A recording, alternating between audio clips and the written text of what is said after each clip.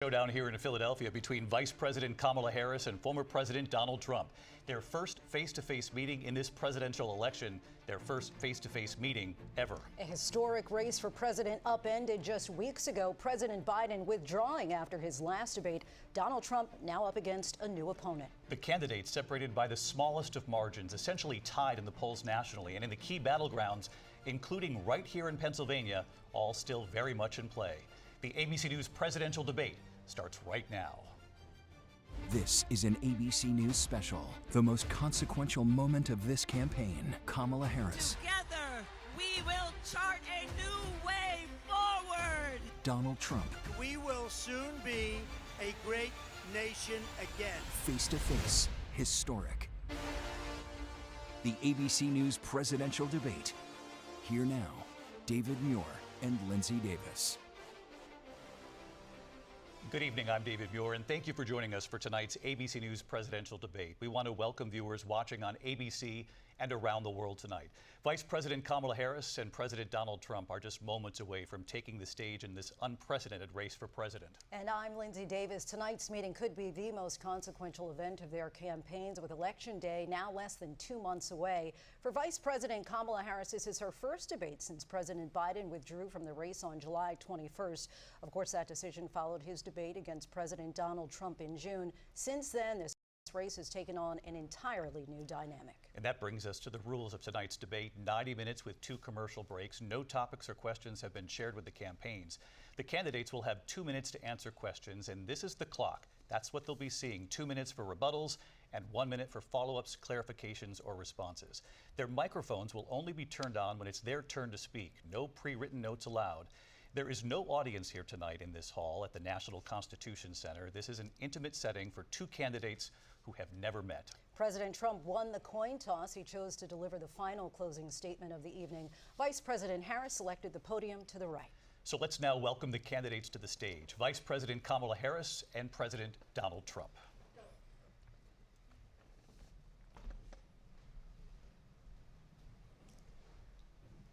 Kamala Harris.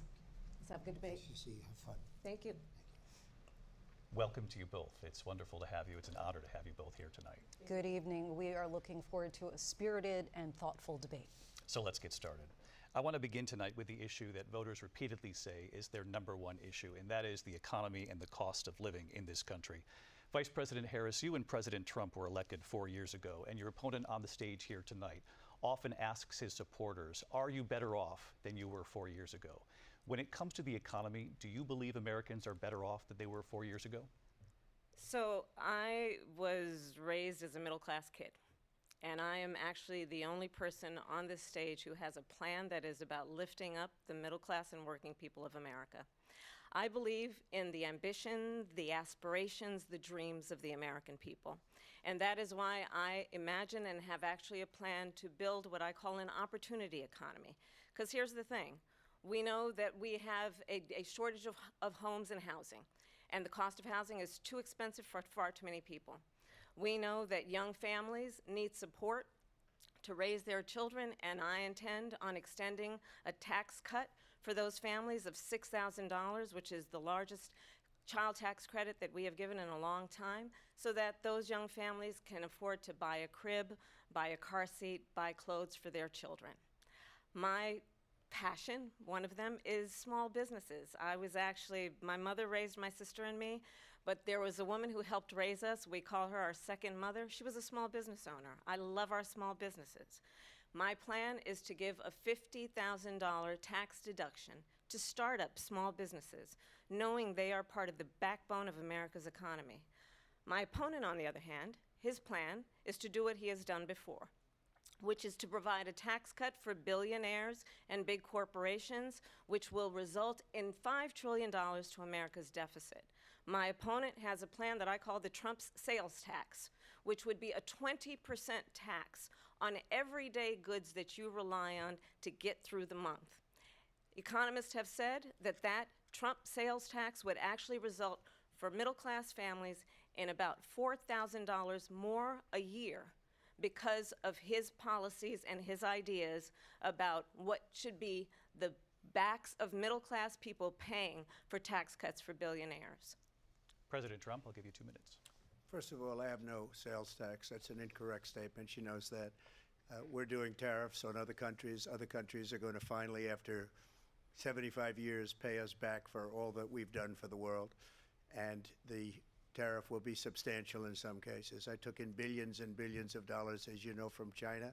In fact, they never took the tariff off because it was so much money they can't. It would totally destroy everything that they've set out to do. They're taking in billions of dollars from China and other places. They've left the tariffs on.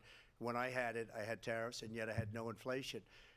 Look, we've had a terrible economy because inflation has, which is really known as a country buster. It breaks up countries.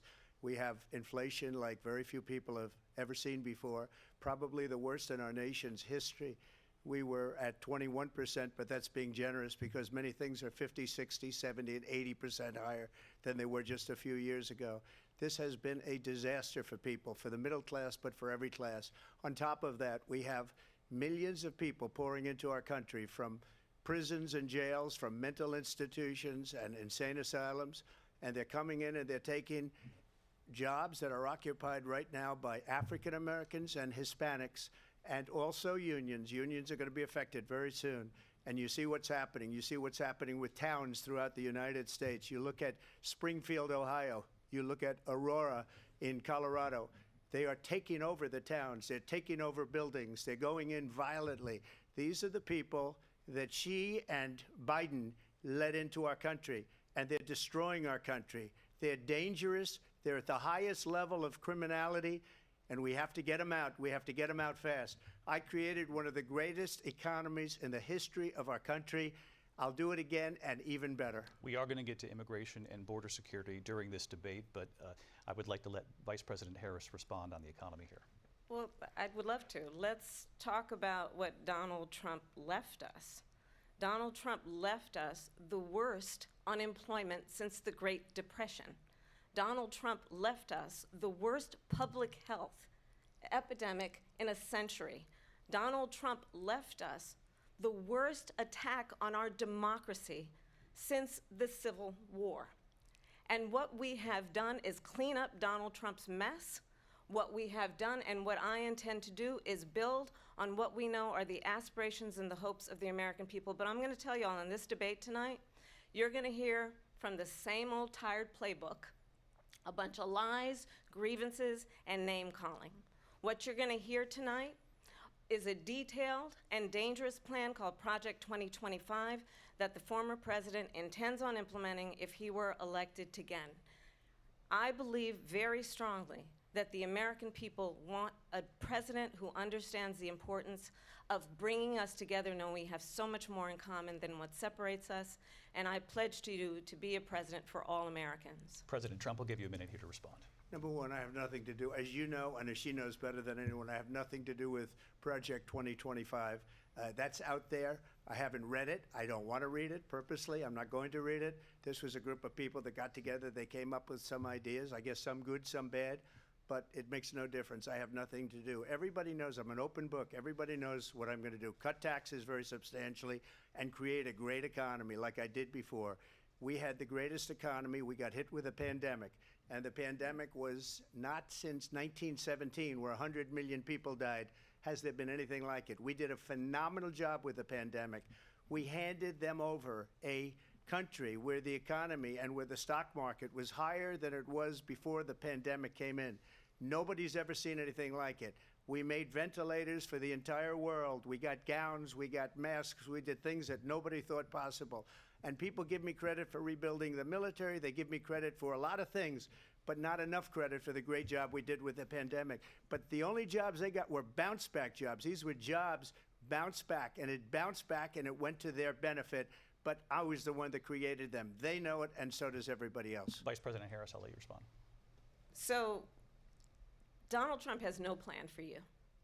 And when you look at his economic plan, it's all about tax breaks for the richest people. I am offering what I describe as an opportunity economy, and the best economists in our country, if not the world, have reviewed our relative plans for the future of America. What Goldman Sachs has said is that Donald Trump's plan would make the economy worse, mine would strengthen the economy. What the Wharton School has said is Donald Trump's plan would actually explode the deficit. 16 Nobel laureates have described his economic plan as something that would increase inflation and by the middle of next year would invite a recession.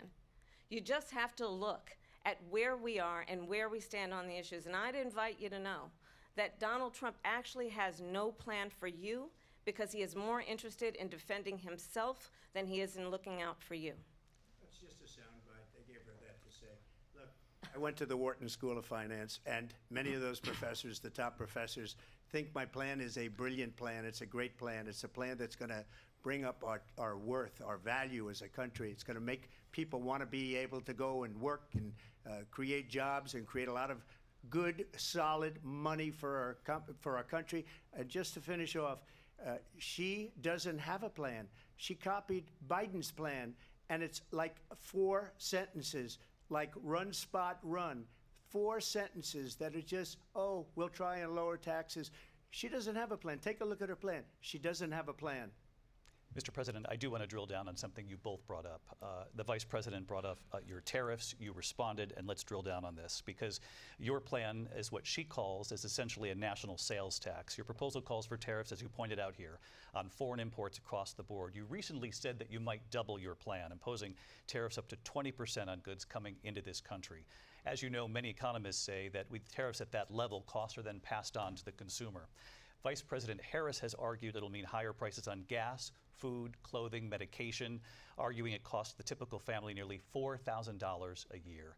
Do you believe Americans can afford higher prices because of tariffs? They're not going to have higher prices. What's going to have and who's going to have higher prices is China and all of the countries that have been ripping us off for years. I was the only president ever. China was paying us hundreds of billions of dollars, and so were other countries. And, you know, if she doesn't like them, they should have gone out and they should have immediately cut the tariffs. But those tariffs are there 3.5 years now under their administration. We are going to take in billions of dollars, hundreds of billions of dollars. I had no inflation, virtually no inflation. They had the highest inflation perhaps in the history of our country because I've never seen a worse period of time. People can't go out and buy cereal or bacon or eggs or anything else. The people of our country are absolutely dying with what they've done. They've destroyed the economy. And all you have to do is look at a poll. The polls say 80 and 85 and even 90% that the Trump economy was great, that their economy was terrible. Vice President Harris, I do want to ask for your response, and you heard what the president said there, because the Biden administration did keep a number of the Trump tariffs in place. So how do you respond? Well, let's be clear that the Trump administration resulted in a trade deficit, one of the highest we've ever seen in the history of America. He invited trade wars. You want to talk about his deal with China? What he ended up doing is under Donald Trump's presidency, he ended up selling American chips to China to help them improve and modernize their military, basically sold us out, when a policy about China should be in making sure the United States of America wins the competition for the 21st century, which means focusing on the details of what that requires, focusing on relationships with our allies, focusing on investing in American-based technology so that we win the race on AI, on quantum computing, focusing on what we need to do to support America's workforce so that we don't end up having, on the short end of the stick, in terms of workers' rights. But what Donald Trump did, let's talk about this, with COVID, is he actually thanked President Xi for what he did during COVID. Look at his tweet. Thank you, President Xi, exclamation point, when we know that Xi was